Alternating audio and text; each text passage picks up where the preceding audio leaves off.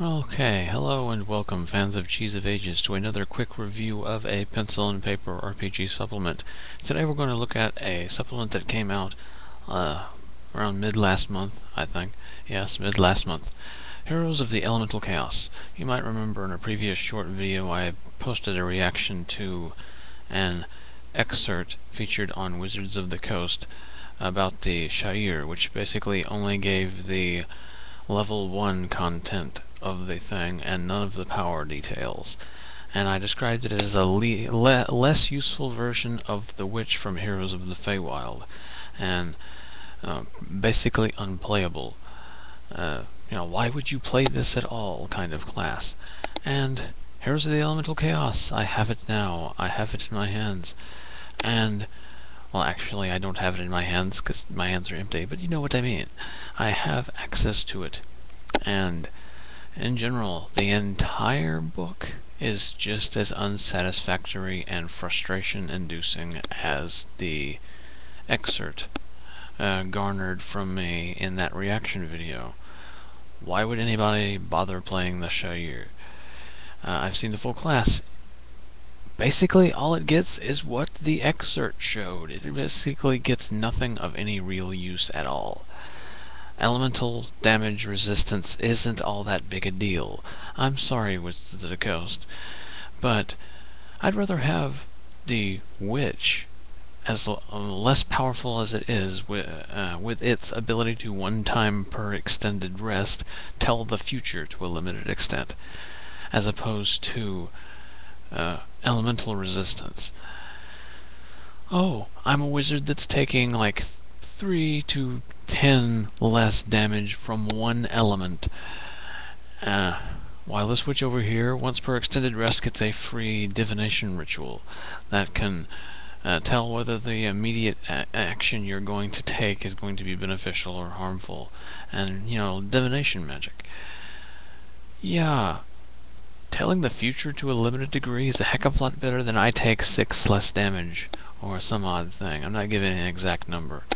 And, the legendary Shair, I'm getting classes confused, but the Shair Paragon Path is complete shit. There is no reason at all to take it over the multitude of other better wizard classes.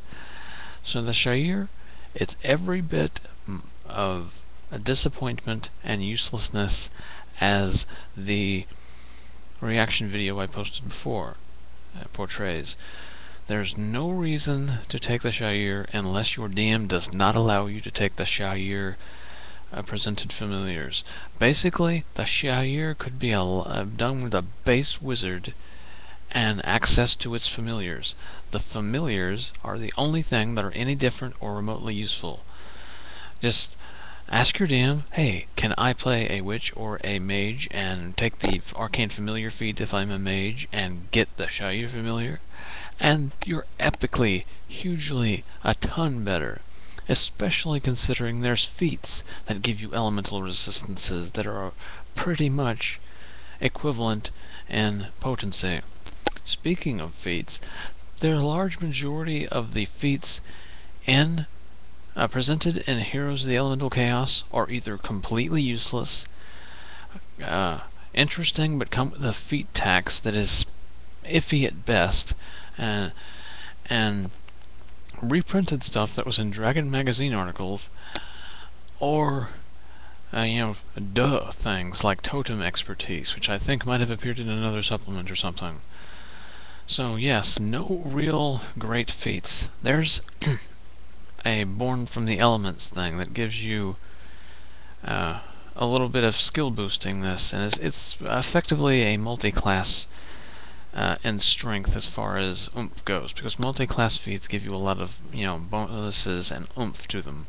It has that much oomph, but without taking up a multi-class slot.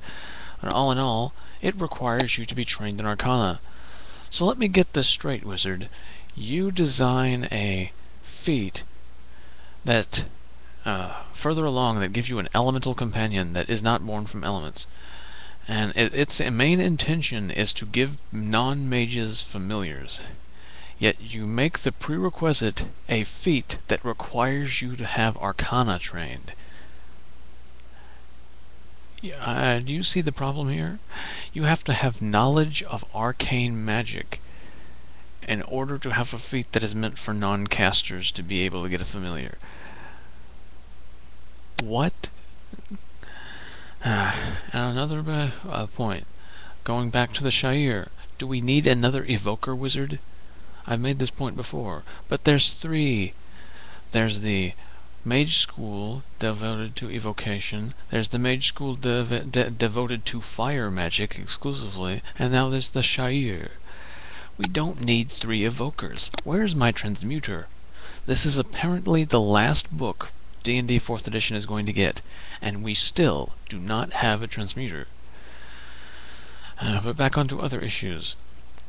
There's a new sorcerer type that is the Elementalist. It's interesting, but it is by far one of the least powerful classes I have seen introduced into the game. By a landslide. Unless you're talking about like the Essentials classes that came out in the Essentials books, like the Essentials version of the fighter, the thing, and I can't recall the name is, the Knight and the Slayer. It's if you took a Slayer and made it magical, it's so far underpowered compared to everything else in the game, even most post-Essentials classes like the Executioner Assassin and the Vampire. It's interesting, I'll give it that, but it's going to peter out very quickly. I mean, it's in the later tiers it does scale better than the Executioner Assassin, which tends to basically go way downhill after 15th. But it doesn't have any of the additional benefits that the Executioner has in being more of a toolbox Batman-y kind of guy, where he has time to plan, he becomes awesome. It doesn't have that much. It's just I cast magic at you and I blast a whole lot of people for a whole lot of damage. That doesn't scale very well with level. So yeah, mark that as another thing that's completely useless and not worth taking in this book. The new monk types aren't all that different from existing ones already, except they've got one that enables you to hit with your flurry of blows power from a distance, or grants you elemental resistances and additional types. And elemental resistances aren't all that freaking great. And you know how in previous books, when they introduced a new archetype, they would give a good amount of powers that were new for it? That were, exclusive to that, unless it was like something with the like Executioner Assassin, which doesn't have powers really. When they introduced like the variations of the Druid and the other classes like that, in most cases, when they were adding new powers, like with the Witch, for instance, the Witch got a cascade of new powers. The Berserker got a cascade of new powers. They introduced some content for classes in here, new Druid powers, new Monk powers, new stuff powers. The Elementalist is a new archetype. Not a new archetype, but a new subtype. Does this get a lot of powers? The same amount as other ones? No. In fact, there's very few new powers added in this book. You don't even get a consistent 2 per each power increment. You just get a smattering. Some classes barely get any at all, like 10 or to 12. At most like 15, maybe 20. I'm not going to count them exactly. And all of them, you know what? They don't do anything, really, that existing powers don't already do in some fashion or another. Oh, this power here might, push somebody, or do a little bit more damage than a similar pushy spell, but not have as much kick over here. But it basically amounts to 1 or 2 points of difference, and making it fire type as opposed to ice, or ice type as opposed to lightning. It basically does things that you already basically have or have better options for. The powers introduced aren't all that great. Oh, but Cheezy of Ages, there's new magic items in this book, isn't there? Well, I respond to you, saying that none of them are remotely useful to anyone that does not have elemental damage powers. You exclusively have to have a power that does a specific type of damage, or that item is completely useless to you. and all of the items in the book are like that. The only exceptions to this are the new key focuses that are basically only good for monks. They don't introduce that many key focuses that are useful to anything but monks. Overall, in summary, well, not summary, but the overall content of the book is, aside from the setting information, all of this is basically you only get the contents of maybe 2 or 3 tops Dragon magazines, and that's not worth $30. I'm sorry. This is Dragon magazine quality shit. This is not book quality stuff. And as far as the information about the elemental chaos, the plane that the elemental chaos is in, don't quote me on this, but haven't we already gotten planar books that cover the elemental chaos? I mean, I'm all for fleshing out the elemental chaos, and I'll give it the benefit of the doubt. I don't give a shit about campaign flavor, so I don't pay attention to any of the campaign-specific setting information, like the Shadowfell, which doesn't exist in my setting. I still use the Plane of Shadow from 3.5. The Elemental Chaos doesn't exist in my campaign setting. I use the 3.5 ones.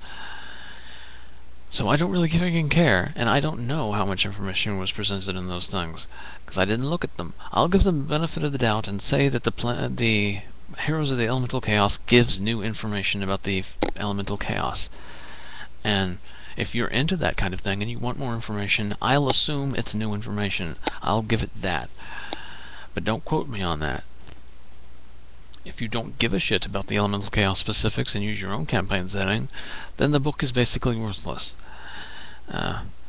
I would not recommend buying this book. If it wouldn't get me arrested, I would recommend pirating it. Oh wait, no I wouldn't, because there's nothing useful in the book. There's no reason to get this. None of the options in the book are at all worth taking. Not in even a little bitty bit. You would have to house rule these things, including the limitedly useful feats in the book, to make them actually appealing to the people they're supposed to be for.